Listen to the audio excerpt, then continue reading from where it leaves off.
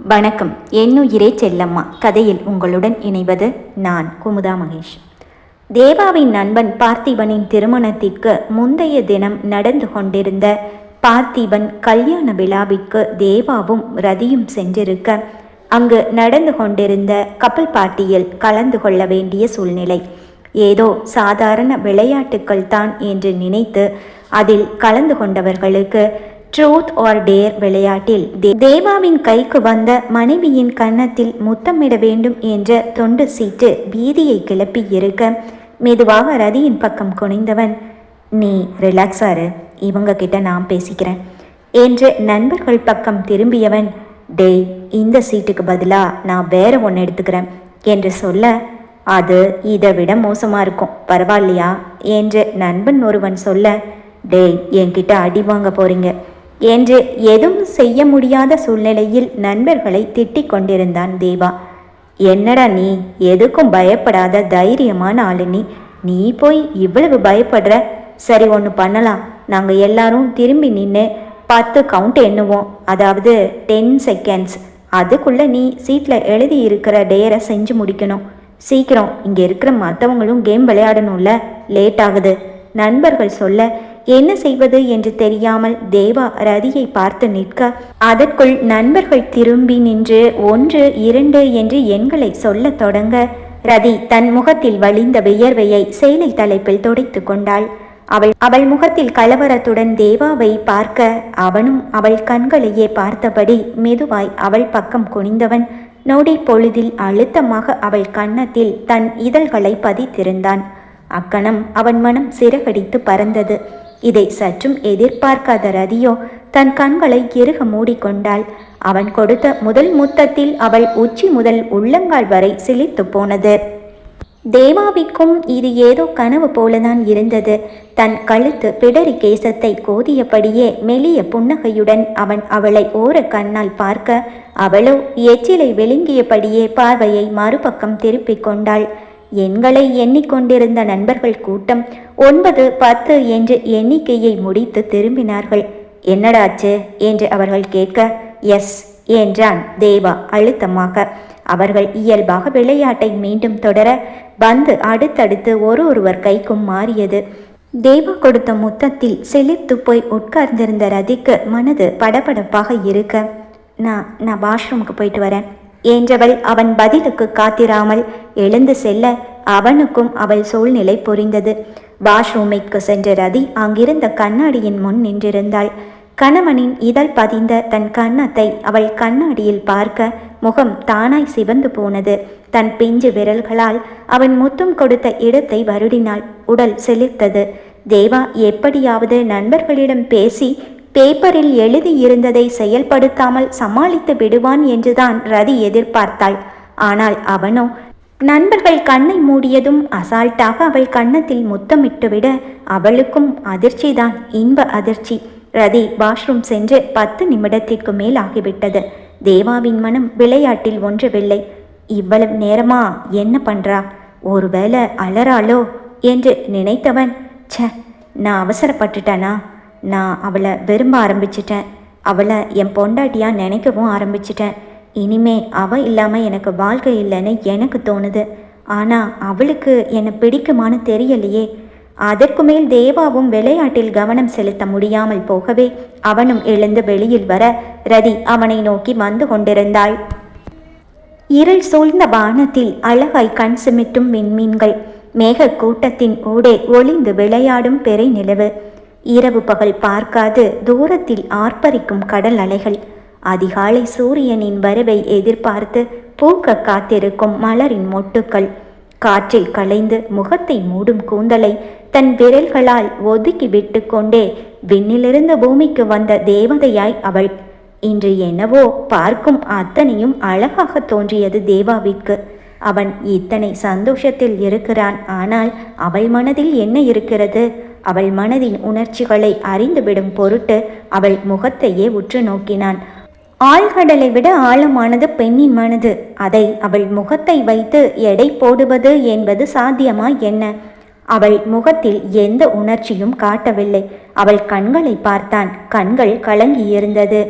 அப்போ அவளுக்கு சந்தோஷம் இல்லையா, கவலைப்படுறாளா என்று யோசித்தவன் கவலையில் மட்டுமல்ல, கண்கள் சந்தோஷத்திலும் கலங்குமே.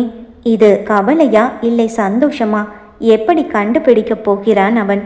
தேவா, நீ இத்தனை நாளாக உன்னோட தொழிலையும் புதுசாக நடக்கிற ப்ராஜெக்டையும் ஆராய்ச்சி பண்ணிட்டு இருந்த.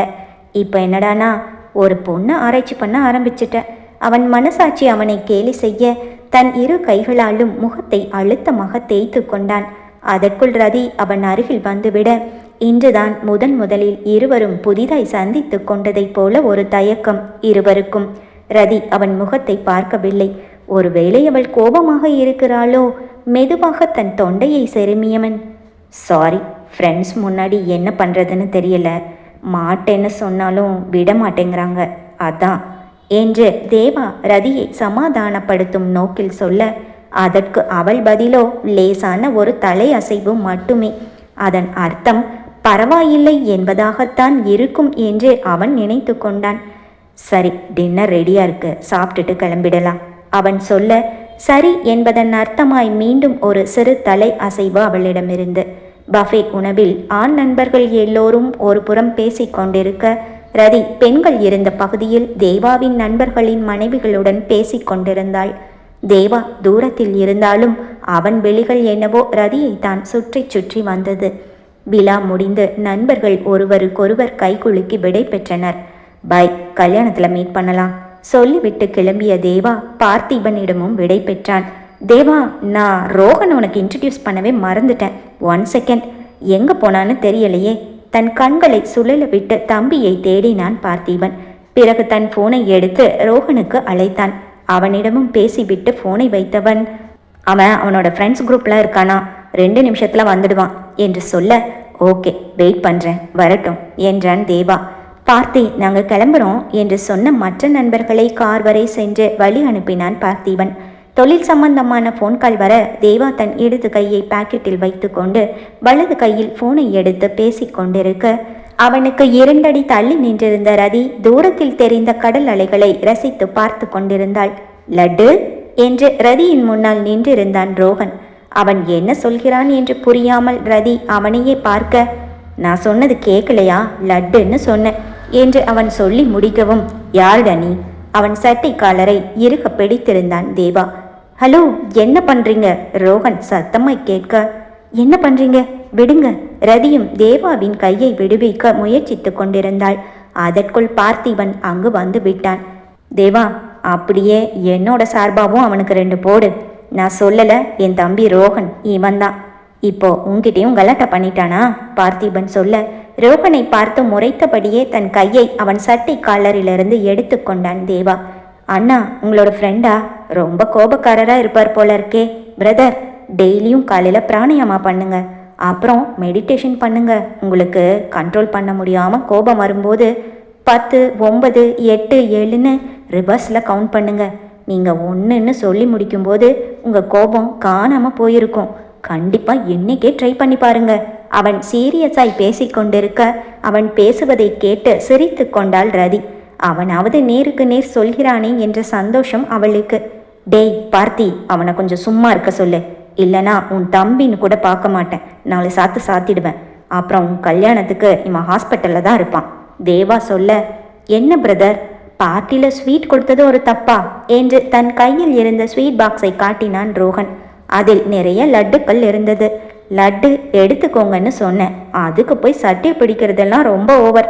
ரோஹன் குழந்தை போல சொல்ல, லட்டு எடுத்துக்கோங்கன்னு சரியா சொல்ல வேண்டியது தானே, லட்டு லட்டுன்னு சொன்னா நான் என்ன நினைக்கிறது? தேவா ரதியை பார்க்க, ஓ நீங்க அப்படி நினைச்சிட்டீங்களா? அவனும் ரதியை பார்த்து கொண்டே சொன்னான், பிரதர், என் அண்ணன் ஃப்ரெண்டு நீங்க, ஸோ நீங்களும் எனக்கு அண்ணன், அண்ணன் ஒய்ஃப் எனக்கு அண்ணி, லட்டுன்னெல்லாம் கூப்பிட மாட்டேன், பயப்படாதீங்க அவன் சிரித்து கொண்டே சொல்ல, ரோஹன் ரொம்ப ஓவரா பேசாதடா, நெக்ஸ்ட் வீக்ல இருந்து என்னோட ஃப்ரெண்ட் ஆஃபீஸ்க்கு உன்னை ட்ரைனிங்க்கு அனுப்ப போறேன்னு சொன்னனே, அது இவனோட ஆஃபீஸுக்கு தான் பார்த்திபன் சொல்ல, இவர் ஆஃபீஸுக்கா? என்ன அடிக்கிறாரு? சரி, ஜாலியான நேரத்தில் இதை சொல்லி என்னை ஏன் வருத்தப்பட வைக்கிறீங்க? அது நடக்கும்போது பார்க்கலாம் ரோஹன் பாவமாய் சொல்ல, இவன் தேவா என்னோட க்ளோஸ் ஃப்ரெண்ட், சின்ன வயசில் உன்னை பார்த்துருக்கான், நம்ம வீட்டுக்கெல்லாம் வந்திருக்கான், ஆனால் நீ ஹாஸ்டலில் இருந்ததால் உனக்கு அவனை அடையாளம் தெரியல. பார்த்திபன் சொல்லி முடிக்க, அண்ணா ஐ எம் ரியலி சாரி, நீங்கள் தான் என்னோட பாஸ்னு தெரியாமல் கொஞ்சம் ஓவராக பேசிட்டேன். ரோஹன் தேவாவை இறுக கட்டி அணைத்து கொண்டான். டேய் போதும் விடுடா. தேவா அவனை பிரித்து விட அவனோ அட்டையாக ஒட்டி கொண்டான். என்னை மன்னிச்சிட்டேன்னு நீங்கள் சொல்லுங்க, அப்போதான் உங்களை விடுவேன். அழுத்தமாக கட்டி கொண்டான். சரி சரி ஓகே மன்னிச்சிட்டேன், என்னை விடு. தேவா சொல்ல, இல்லை இனிமே சட்டையை பிடிக்க மாட்டேன் அடிக்க மாட்டேன்னு சொல்லுங்க. ரோஹன் இன்னும் தேவாவை விடவில்லை. என்கிட்ட இருந்தா கரெக்டாக ஒழுங்காக இருக்கணும், சரியாக வேலை செய்யணும். தப்பு செஞ்சா சட்டையை பிடிக்கிறது அடிக்கிறது மட்டும் இல்லை, தலைகீழாக கட்டி தொங்க விட்டுடுவேன். Be careful. தேவா தன் வலிய கரங்களால் தன்னை கட்டி பிடித்திருந்த ரோஹனை விடுவித்து அவனை 2 அடி தள்ளி நிறுத்தினான். அண்ணா அம்மா கூப்பிடுற மாதிரி இருக்கு, நான் போகிறேன். அங்கிருந்து ரோஹன் ஓடிவிட, தேவா நான் சொல்லலை, ரொம்ப நாட்டி, விளையாட்டுத்தனம் அதிகம். போகும் சகோதரனை பார்த்தபடியே பார்த்திபன் பேச, பரவாயில்லடா ஒன்றும் பிரச்சனை இல்லை, பார்த்துக்கலாம் விடு என்றவன். ஓகே டைம் ஆகுது, நாங்கள் கிளம்புறோம். பார்த்திபனிடம் விடை பெற்றுக்கொண்டு இருவரும் கிளம்பினார்கள். 1 மணி நேரத்தில் வந்து விடலாம் என்று அழைத்து சென்றவன் தன் கடிகாரத்தில் மணியை பார்த்தான். மணி 11 என காட்டியது. ஆனாலும் இது அவர்கள் வாழ்க்கையில் மிக முக்கியமான ஒரு நாள், மறக்க முடியாத நாள். காரை கிளப்பி 5 நிமிடம்தான் ஆகியிருந்தது. ரதி காரிலேயே தூங்கி போனாள். அவள் தூங்கியதும் அவளை பார்த்து ரசிக்க இன்னும் வசதியாகி போனது அவனுக்கு. அவள் கன்னங்களுக்கே தாவிச் செல்லும் தன் விழிகளை தடை போட்டு வலுக்கட்டாயமாக சாலையை பார்க்க வைத்தான். வீட்டை அடைந்தது கூட தெரியாமல் ரதி தூங்கிக் கொண்டிருக்க, வீடு வந்துருச்சு எழுந்துரு. அவளை எழுப்பினான். அவள் தூக்கம் களையவில்லை. அவனுக்கு கையில் அடிபட்டதிலிருந்து 2-3 நாட்களாக அவள் சரியாக தூங்கவில்லை. அதோடு இன்று விழாவில் கேளிக்கை நிகழ்ச்சிகளின் அலுப்பு வேறு. நன்றாக தூங்கிக் கொண்டிருந்தாள். மணி 11:40 ஆகியிருக்க வீட்டில் எல்லோரும் தூங்கி இருந்தார்கள். வீட்டின் வாசல் கதவை திறந்துவிட்டு வந்தவன் அவள் அணிந்திருந்த சீட் பெல்ட்டை கழட்டி அவளை பூ போல கையில் அள்ளி கொண்டான். அவள் தூக்கம் களைந்து விடக்கூடாது என்பதற்காக மாடிப்படிகளில் மெதுவாக ஏறி சென்று அறையை அடைந்தான். அவள் எப்போதும் படுக்கும் சோஃபாவிற்கு அருகில் சென்றவன், நல்லா அசந்து தூங்குறா, தினமும் இந்த சோஃபாவில் சரியாக திரும்பி கூட படுக்க முடியாமல் கஷ்டப்படுறா, இன்னைக்கு பெட்லேயே தூங்கட்டும். அவளை கட்டிலில் படுக்க வைத்துவிட்டு போர்வையை எடுத்து அவளுக்கு போர்த்தினான். அவள் நன்றாகத்தான் தூங்கிக் கொண்டிருந்தாள். அவனுடைய தூக்கம்தான் தொலைந்து போயிருந்தது.